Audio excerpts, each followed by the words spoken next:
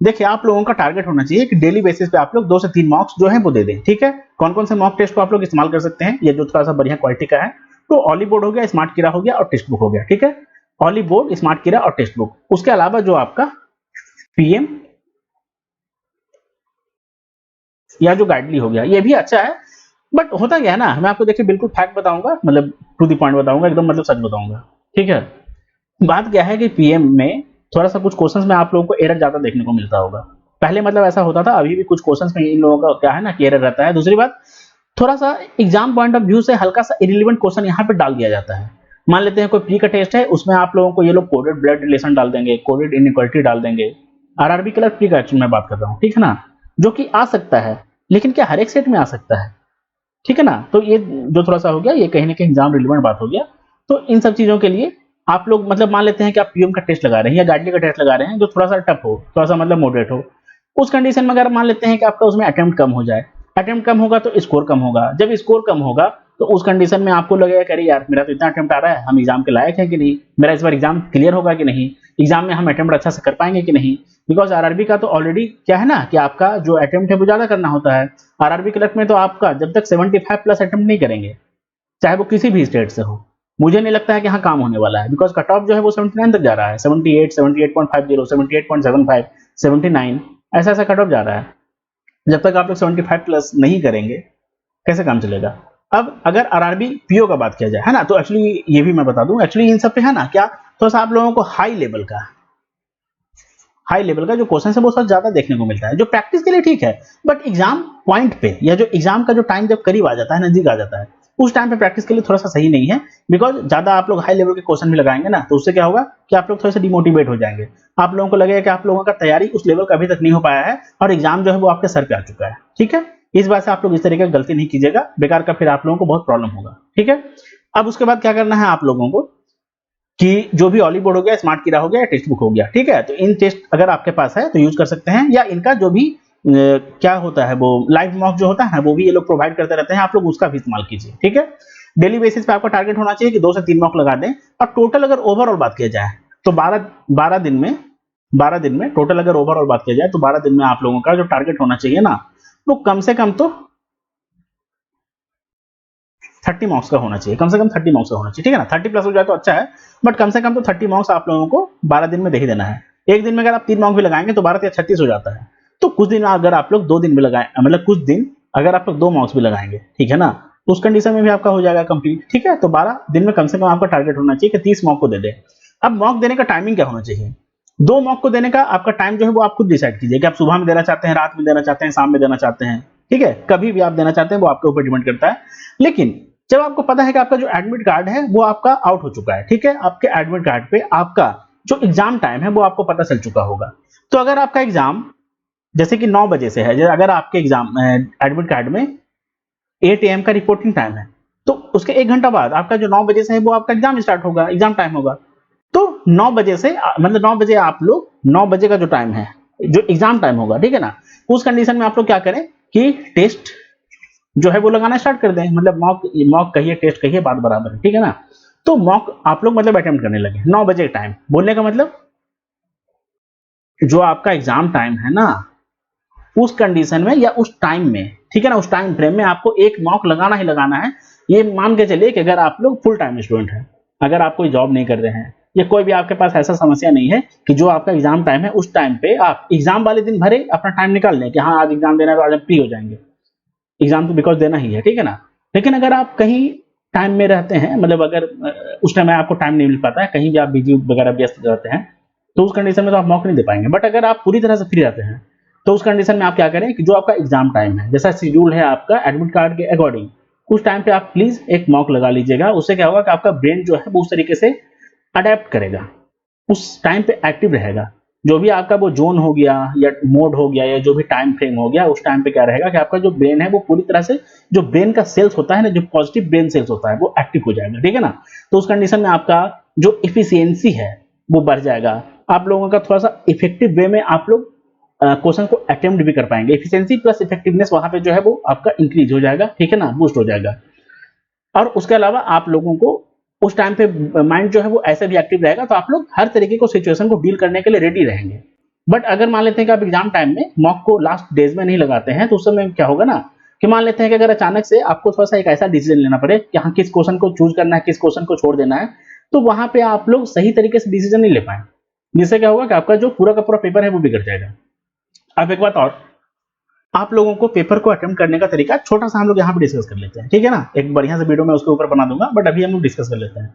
सबसे पहले करना चाहिए, कुछ भी हो जाए, आपको कोई टॉपिक कितना भी आता हो, कोई हार्ड टॉपिक या जैसे कि पजल्स हो गया, डीआई हो गया, अरिथमेटिक हो गया, कितना भी आता हो, सबसे पहले आपका टारगेट क्या होना चाहिए। मान लेते हैं कि अगर रीजनिंग है, तो सबसे पहले जो भी आपका डुएबल क्वेश्चंस होता है ना, या जो आपका मिसलेनियस क्वेश्चंस होता है, वो अटेम्प्ट करना है। उसमें भी कौन सा अटेम्प्ट करना है, जो थोड़ा सा इजी हो। फिर उसके बाद आपको इस कंडीशन में चलना है, ये जैसे कि बड़ा हो गया ना, पहले इजी करना है, इजी के बाद आपको मॉडरेट लेवल का करना है, फिर उसके बाद आपको करना है जो थोड़ा सा टफ हो, और टफ वाला हो या तो आपका जो पजल्स हो गया वो करना है, ठीक है। कुछ भी हो जाए, इस कंडीशन को या जो इस सीक्वेंस को आप लोगों को ब्रेक नहीं करना है, अदरवाइज आपको प्रॉब्लम होगा। एंड इवन बहुत सारे लोगों को सच में प्रॉब्लम होता ही होता है। आप अगर आप लोगों का अभी तक अटेम्प्ट नहीं बढ़ पा रहा है, तो प्लीज आप लोग 2 से 3 दिन इस तरीके से अटेम्प्ट करके देखिए मॉक को, हो सकता है कि आपको थोड़ा सा भला हो जाए, ठीक है। बिकॉज इसका कोई भी अल्टरनेट नहीं है, ये सच में बहुत ही बढ़िया ये सीक्वेंस है अटेम्प्ट करने का।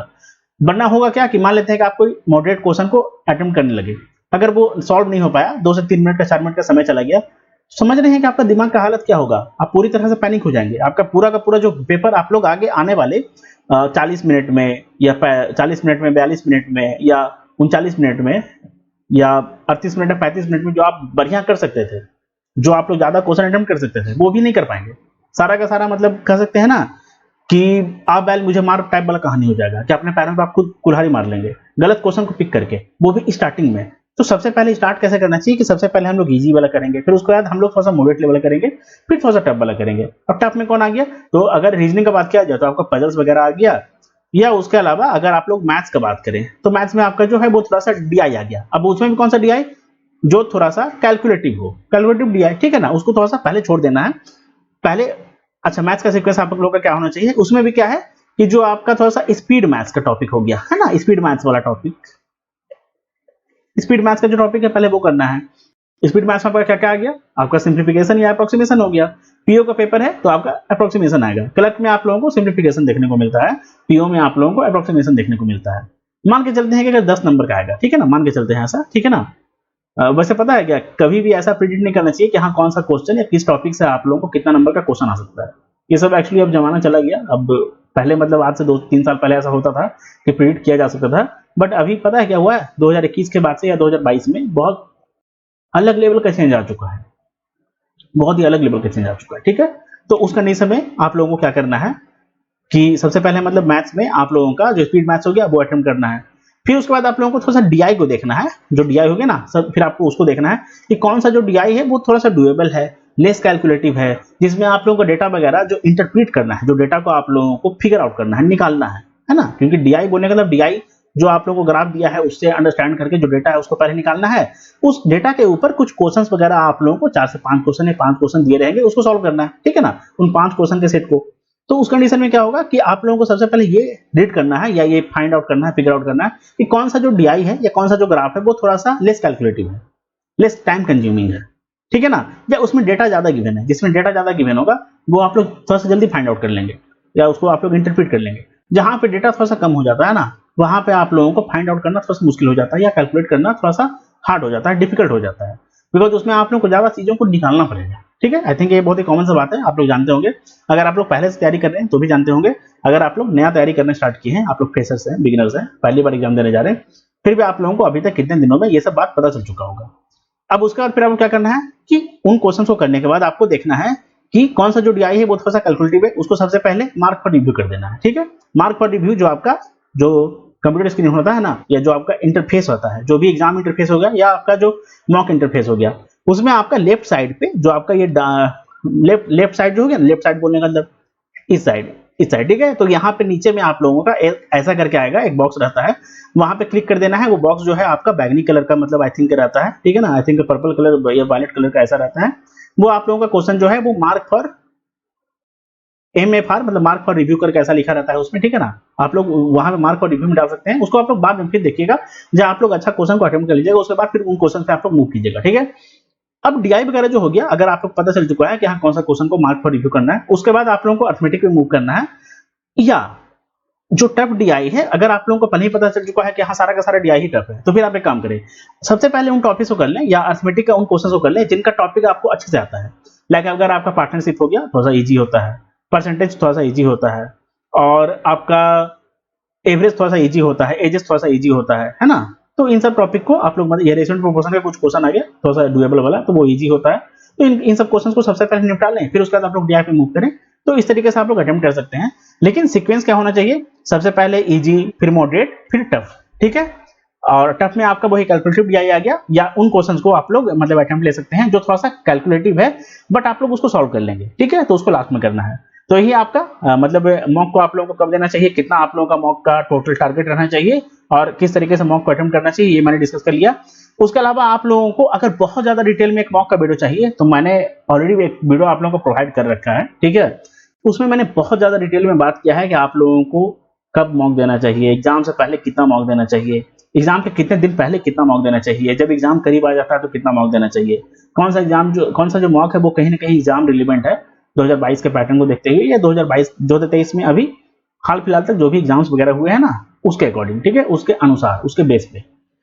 अब उसके अलावा आप लोगों को मॉक में सुधार कैसे हो सकता है, कि कोई टॉपिक वीक है तो उसको कैसे करेंगे। जैसे कि मॉक तो दे दिए, अब मॉक में हम बोल रहे हैं करे यार मेरा तो मॉक में अटेम्प्ट ही कम हो रहा है, या स्कोर नहीं आ रहा है। तो स्कोर नहीं आ रहा है तो उसका कारण क्या है, कोई ऐसा क्वेश्चन है जो किसी टॉपिक का वो हमको नहीं आता है, तो उसको कवर करेंगे ना, उसको पढ़ेंगे ना, उसका कॉन्सेप्ट क्लियर करेंगे ना, उसका जो बेसिक फंडामेंटल्स हो गया उसको पढ़ेंगे, उसको समझेंगे, उसके बाद उस टॉपिक का एक्स्ट्रा क्वेश्चंस लगाएंगे, तब जाके फिर मॉक में वो बनेगा, है ना।